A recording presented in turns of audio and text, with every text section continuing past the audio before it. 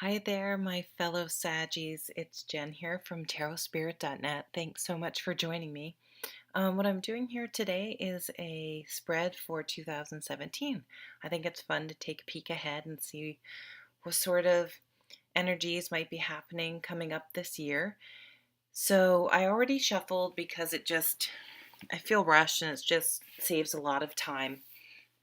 So what I have is a row here for career and a row for romance, and then sort of a general, maybe spiritual cards down here at the bottom. What's so interesting is that in the bottom of the deck for career and romance, we've got the King of Wands in both of those. So I think that's kind of cool for underlying energy.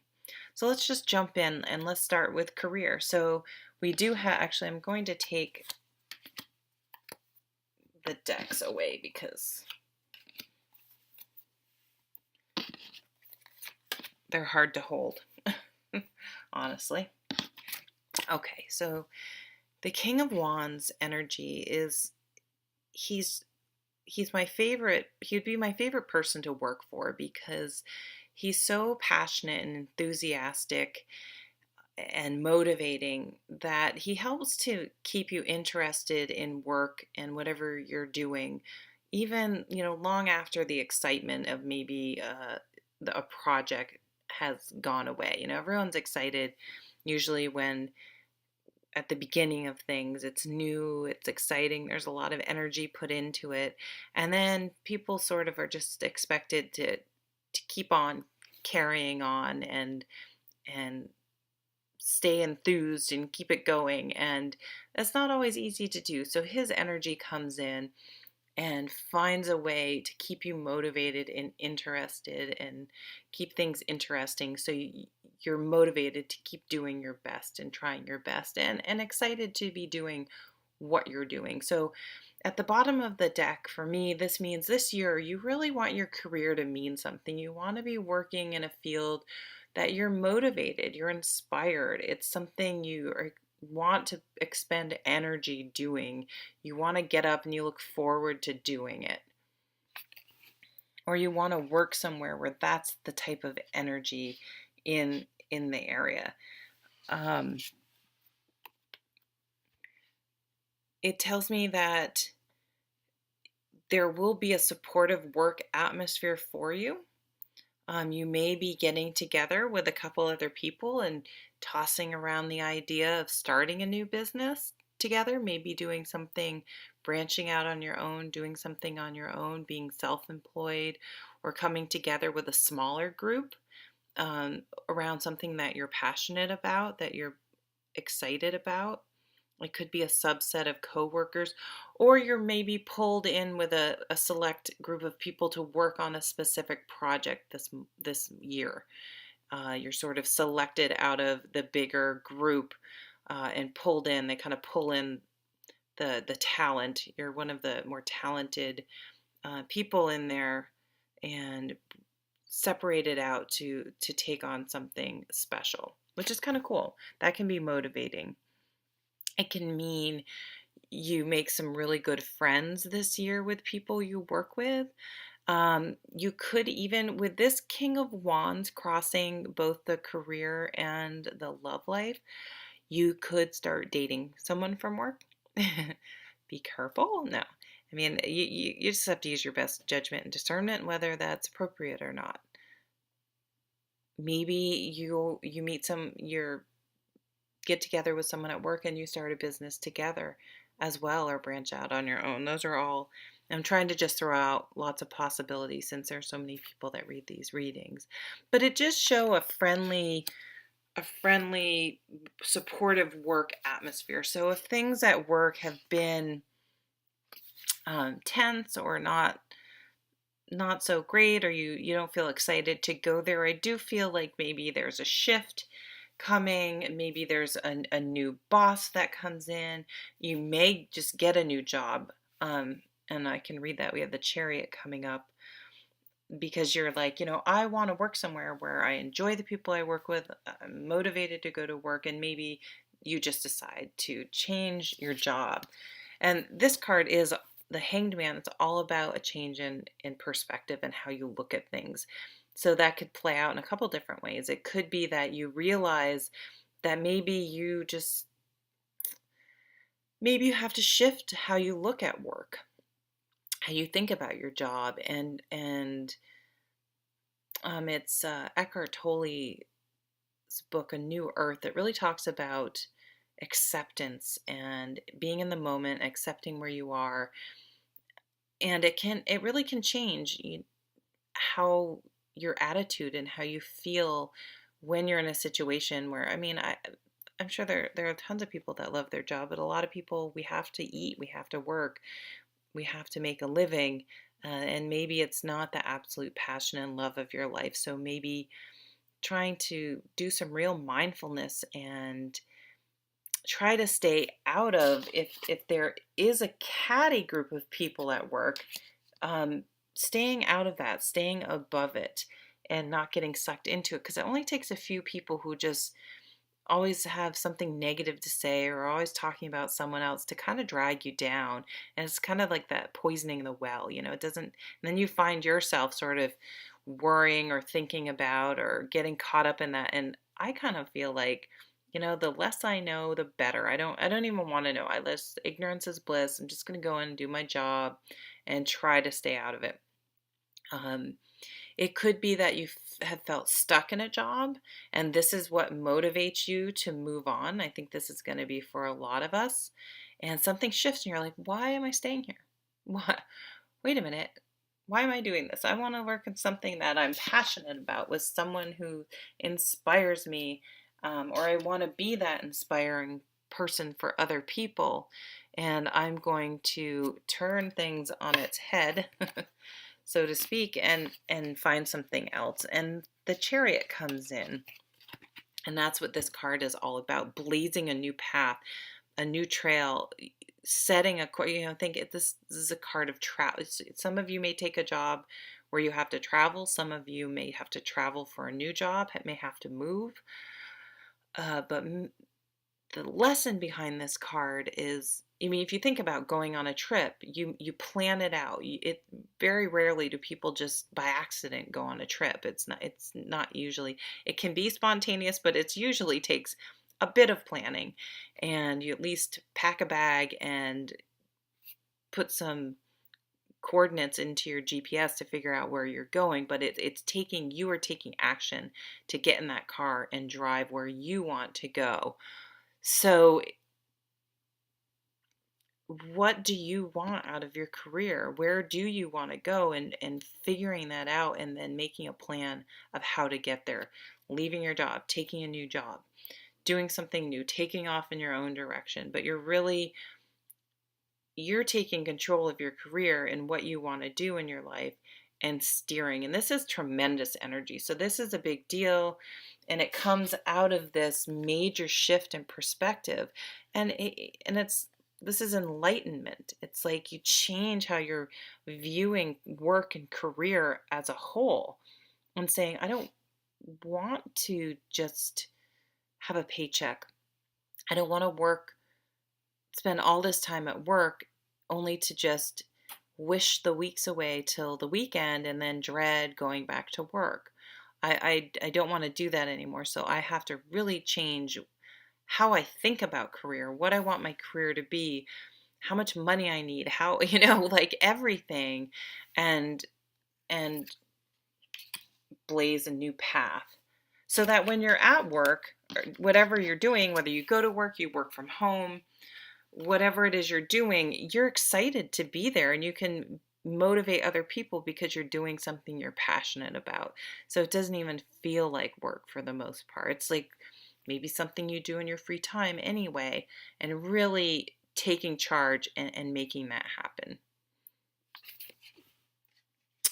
Or we could say the same thing for your love life: taking charge and making it happen.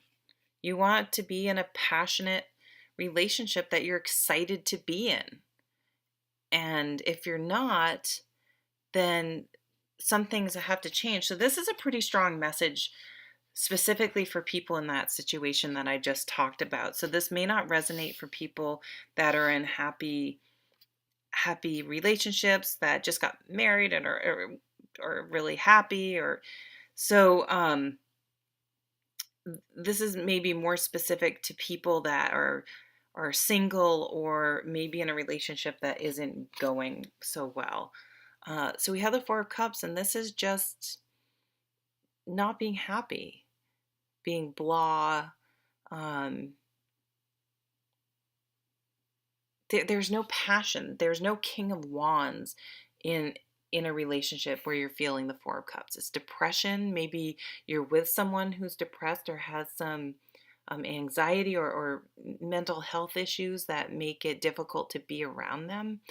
Now remember, there's one thing about being supportive of things like that, and especially if someone's actively working on it and all that stuff, but you don't need to sign up for someone else's issues they if you're around someone that's really depressed or has a lot of anxiety, and you all of a sudden find yourself depressed and with a lot of anxiety, like you don't necessarily need to sign up for that type of stuff. Or someone with anger issues, or someone where you're just started shut down emotionally. That's not what you want to feel in a relationship. You want to feel, of course, we can't keep the honeymoon period going forever, but there should definitely be more good than bad, and you shouldn't be feeling alone or depressed or sad when you're in a relationship. And it's interesting, there's a, oh God, is the moon waning? I can't remember, but we have a full moon over here. So in between the moons, some of the moons here, there's going to be a significant change, the death, the end of a relationship. And I feel that this is a really positive thing, and it's potentially been a long time coming. And it comes out of understanding that you deserve to have the relationship that you want to have. You deserve to have a relationship with someone that you're excited to be with, that you're inspired by, that you have passion for, and makes you feel motivated and excited and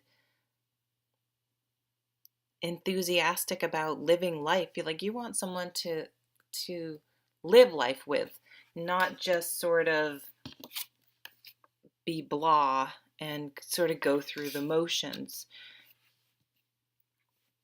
And because of that, you realize you have to make some changes. You have to make some changes in who you're with. You have to make some changes in the type of person. Maybe if you've been single and you always sort of go for one person, you need to maybe open up your mind and think, oh, well, I only like tall people. I don't want any guys who are balding and they have to make six figures and blah, blah, blah. Well, okay, that's nice. But maybe the bald guy is the perfect person for you if you just change how you've been doing things in the past. So keep an open mind, change how you approach relationships, change how you've looked at relationships in the past, and you transform yourself, who you are in a relationship, who you want to be in a relationship, and look for people who are going to inspire you and share your passions. And you don't have to do the same. I mean, you guys don't have to have the exact same passion, so you do everything together. I think that's kind of, that's nice on one level, but it may not be totally realistic. But maybe share your same enthusiasm for life. Yeah, that's what I'm getting at. We're fire signs. We want someone who wants to do stuff, who motivates us, who's going to go on that journey with us. And this change of mind, and it comes under this hangman. So there's this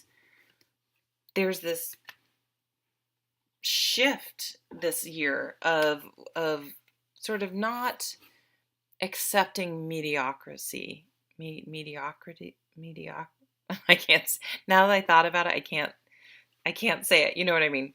Um, and wanting more, wanting better. And I don't feel that it's unattainable. I don't feel that it's um, something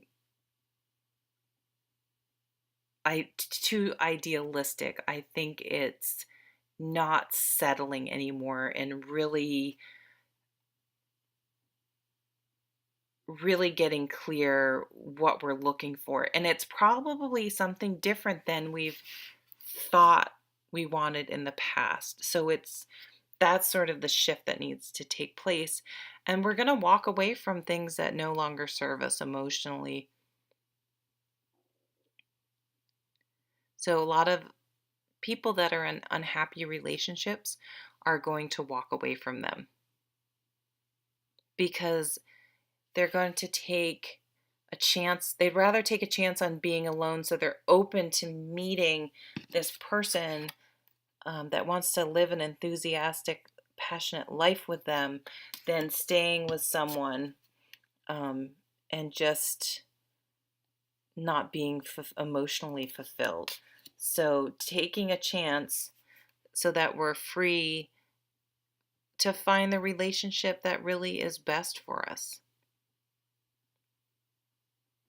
And when the death card comes up, this is a transformation. We never quite live the same. We never live the same way as we did before this card. We want more. It has to be better. It has to be authentic. It has to be meaningful. And so no more superficial relationships. No more superficial relationships just because someone's handsome or they have the right job or I'm a girl, so I'm sorry. I'm talking, I'm using examples for a guy, but no more superficial girls that they may look impeccable and dress perfectly, but um you guys don't connect on any real level. Like maybe you want a girl that's gonna sit down and watch a football game with you and be able to I don't know. I can't think of any good example, but you guys know what I mean. Or that likes to hike. Stop dating girls that only wear high heels and don't like to go outside and don't want to be around bugs or mud. That's what I'm getting at. Find a girl that likes to hike. You may have to shift how you've done things before and what your what's meaningful to you. And it's really going to open yourself up to something real that's really meaningful and sustainable in the future. So we have our card down here of Temperance. These are just some overall energy spiritual cards. So balance, finding balance in our lives. No more working for the weekend, no more staying in relationships that don't fulfill us. Wanting meaning, balance, simplifying, so that the things in our lives are authentic, meaningful, sustainable.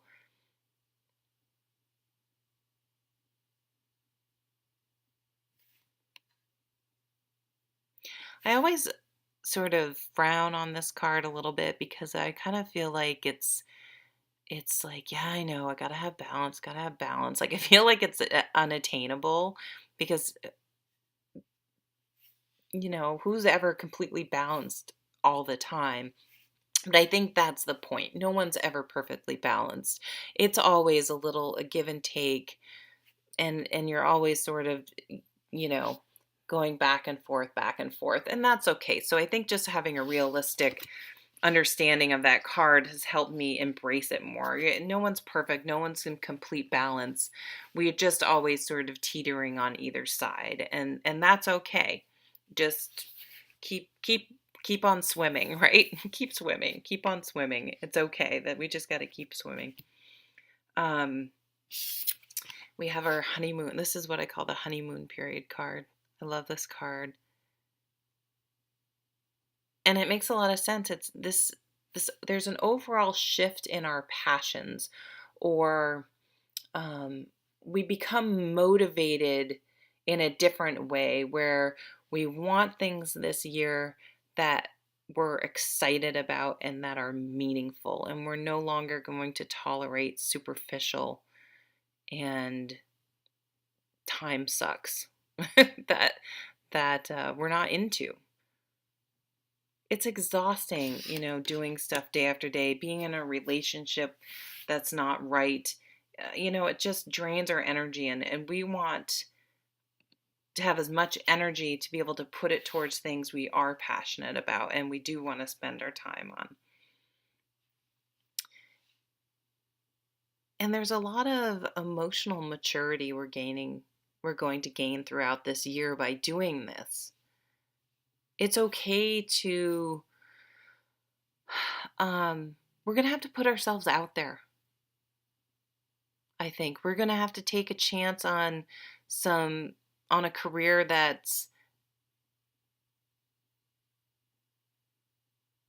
feels better over how much money it makes.